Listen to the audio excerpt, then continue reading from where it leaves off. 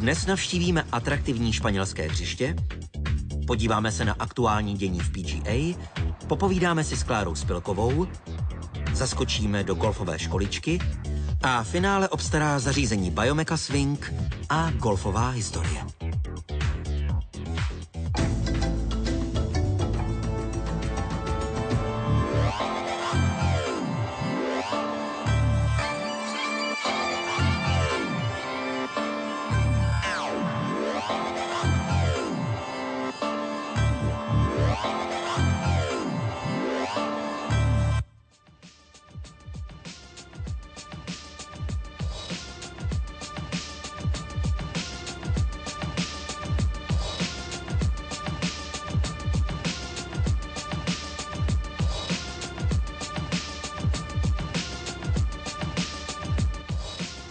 - 18-jamkové hřiště La Reserva v Soto Grande projektoval Carl Robinson.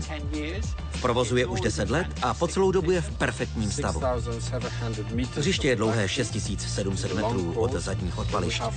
Protože máme 5 různých odpališť, každý golfista si tady přijde na své.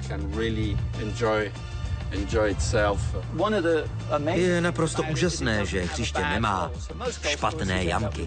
Hodně hřišť mívá 1, 2 jamky, které jsou nudné, ale to není případ La Reservy. Ta má totiž 18 krásných jamek. Na mnoha hřištích se setkáváte s jamkami, které jsou velmi blízko sebe. Hřiště se tak stává nebezpečný. Tady je ale všude spousta místa. Na 18 jamkách máme 4 přípary, ale na ostatních 14 můžete hrát bez ostychu driverem.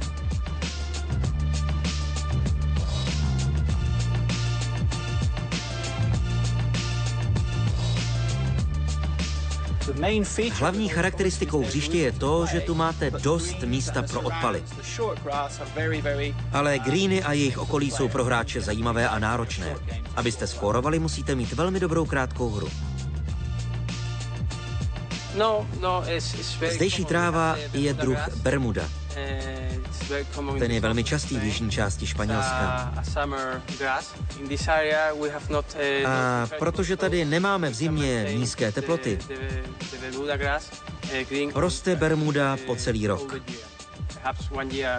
Sice tak jednou za 10 let přijde opravdová zima, ale tento druh trávy je tak odolný, že s tím opravdu není větší problém.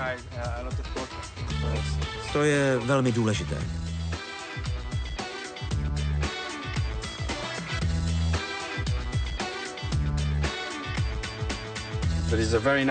Máme tady opravdu krásný 5par na 15. Záleží na podmínkách a počasí, v tom kterém dni, ale je tu reálná možnost atakovat green druhou ranou. Když se to povede, je to odměna za riziko. Můžete zahrát 3, ale také můžete velmi snadno odcházet se 6 nebo 7 ranami. Opravdu nevíte, s čím odejdete, dokud to neskusíte.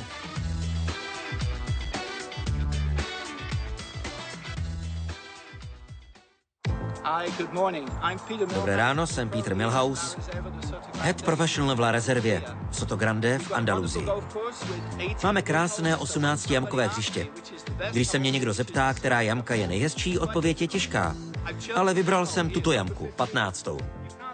Z odpaliště jamku nevidíte, ale před 10 lety ještě vidět byla, protože stromy nebyly tak vzrostlé.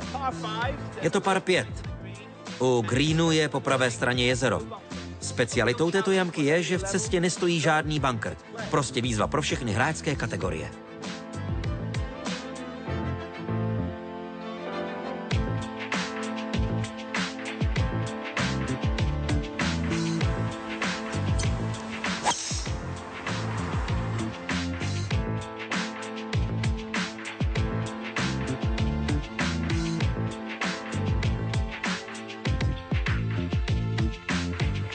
Pokud jste měli štěstí a netrefili stromy, ležíte na fairway.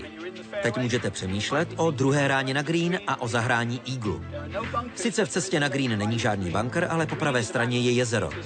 Green je 50 metrů dlouhý, proto je důležité zvolit správnou hůl. Dnes je pozice jamky vzadu, mám tedy v ruce hybrid a pokusím se pro vás ten eagle zahrát.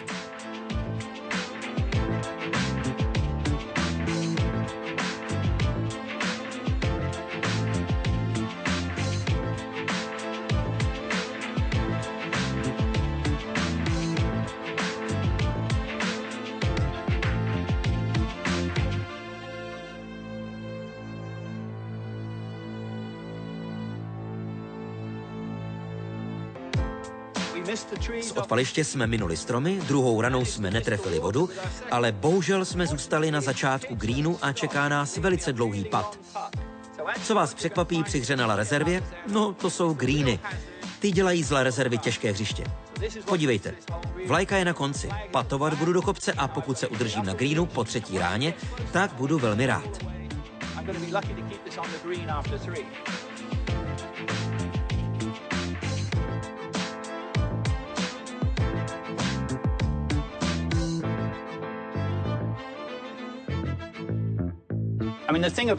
Přemýšlel jsem o tom, jak je golf zvláštní. Cíl se nehýbe, míč se nehýbe a my také ne.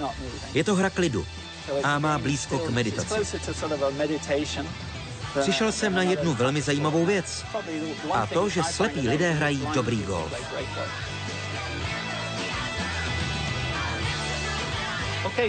Na La Rezervě v Soto Grande jsme hráli 15. jamku.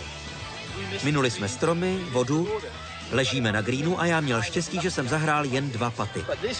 Tento green má spoustu breaků a není vůbec těžké tu zahrát 3 i 4 paty. Jmenuji se Peter Milhouse a jsem velice rád, že jsem vás mohl provést 15. jamkou na hřišti La Rezerva Soto Grande. Máme skvělou údržbu i fantastické greeny. Máme vše. A zejména dbáme na úroveň servisu, na to, jak to děláme. Jestliže máme kolem sebe hřiště jako Valderrama, Soto Grande, San Roque, to znamená hřiště, která jsou podle mne mezi 50 nejlepšími hřišti v Evropě, musíme dbát hlavně na služby. To je pro nás v této chvíli rozhodně to nejdůležitější.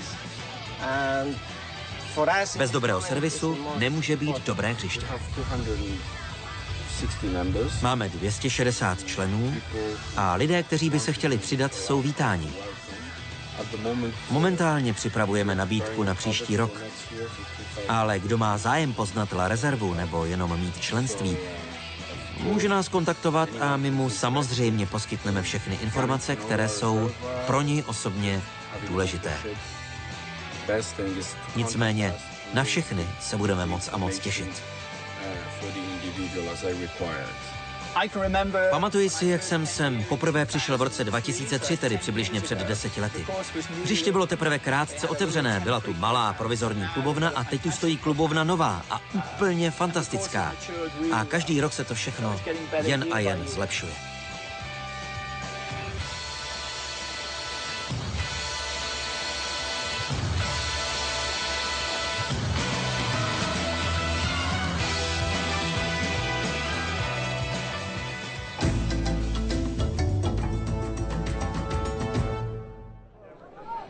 Majitelem zeleného saka za vítězství na turnaj Masters v Augustě se stal podruhé v kariéře Američan Bubba Watson. 35letý golfista těžil tradičně ze své dlouhé hry, ale i z přesných patů. 3krát ze 4 kol se dostal pod 70 ran. Bubba Watson se usadil na čele leaderboardu po druhém dni. Ve finále šel Watson v posledním flightu společně s nováčkem na Masters Jonathanem Spissem, s kterým se po třetím kole dělil o vedení. 20letý golfista začal nedělní den skvěle, trefil birdie na dvojce a z písku perfektně skóroval i na 4. Tím odskočil Watsonovi do vedení o 2 rány. Jenomže pak neustal tlak finále Masters a zkušený Watson si díky 5 birdie a 2 bogey v kole došel pro výhru. Definitivně se rozhodovalo na 12. a 13. Spissovi na 3parové 12. sjel míček do vody a zachránil jen bogey. Na to odpověděl Watson svým posledním birdie na 5parové 13. a pak už dohrál i poslední jamku v paru. To víte, obléknout si první sako, to bylo splnění mých snů. Vybojovat druhé zelené sako je něco jako třešnička na dortu. Nikdy jsem to nepředpokládal, že by se mi to mohlo podařit, vyhrát na Masters podruhé. Když jsem se dostal na PGA Tour, bylo to požehnání. No a nyní mám na svém kontě 6 vítězství a 2 zelená saka. Je to pozoruhodné, nemohu to ani slovy vyjádřit. O druhé místo se nakonec podělil Spiss společně se Švédem Blixtem. Je to neuvěřitelná zkušenost, jedna z těch, po kterých jsem vždycky toužil. Už jako malé dítě jsem snil o tom, že budu hrát v neděli v Augustě a ukončím turnaj v posledním flightu. Vstup do dnešního dne byl skvělý, ale potom se prostě přestalo dařit. Pár odskoků sem, pár odskoků tam, míček letěl dále, než měl na 9 a potom také na 12. Ale to se nedá nic dělat. Byl jsem blízko, tak snad příště. V minulé sezóně mi udělal největší radost, myslím si, že účast na British Open. Jsem byla úplně v 7. nebi, to byla prostě euforie, pro mě to bylo neskutečný. Když jsem tam jela a říkala jsem si, že budu hrát na St. Andrews, že to pro mě byla velká zkušenost. A potom mi ještě udělal neskutečnou radost, že přišlo hodně lidí na Pilsner Golf Masters a že jsem tam podala docela dobrý výsledek a z toho jsem byla ráda, bylo to pěkný a ty lidi fandili a doufám, že to takhle i bude příští rok. Myslím si, že u nás na Ladies European Tour jsou docela dobrý vztahy a mám tam nějaký kamarádky, ale já nejsem úplně takovej ten typ, který by se jako se všema musel kamarádit, ale určitě se snažím udržovat dobrý vztahy a s kým chci, tak s tím se bavím a hlavně jako s Mončou se bavíme a když tam byla Zuzka Kamasová, tak s ní, tak bohužel mě je strašně líto, že už teda tam není, ale přeju jí všechno nejlepší, aby se jí dařilo, protože Zuzka je super holka, mám jí moc ráda, určitě na ní budu vždycky v dobrém vzpomínat a doufám, že ji ještě hodněkrát uvidím. Ale s těma vztahama je to tam vlastně tak, že třeba Angličanky a Francouzsky držej pohromadě, takže je to spíš tak jako po těch zemích a ty holky takhle držej po sobě a chodí tam spolu na večeře a tak.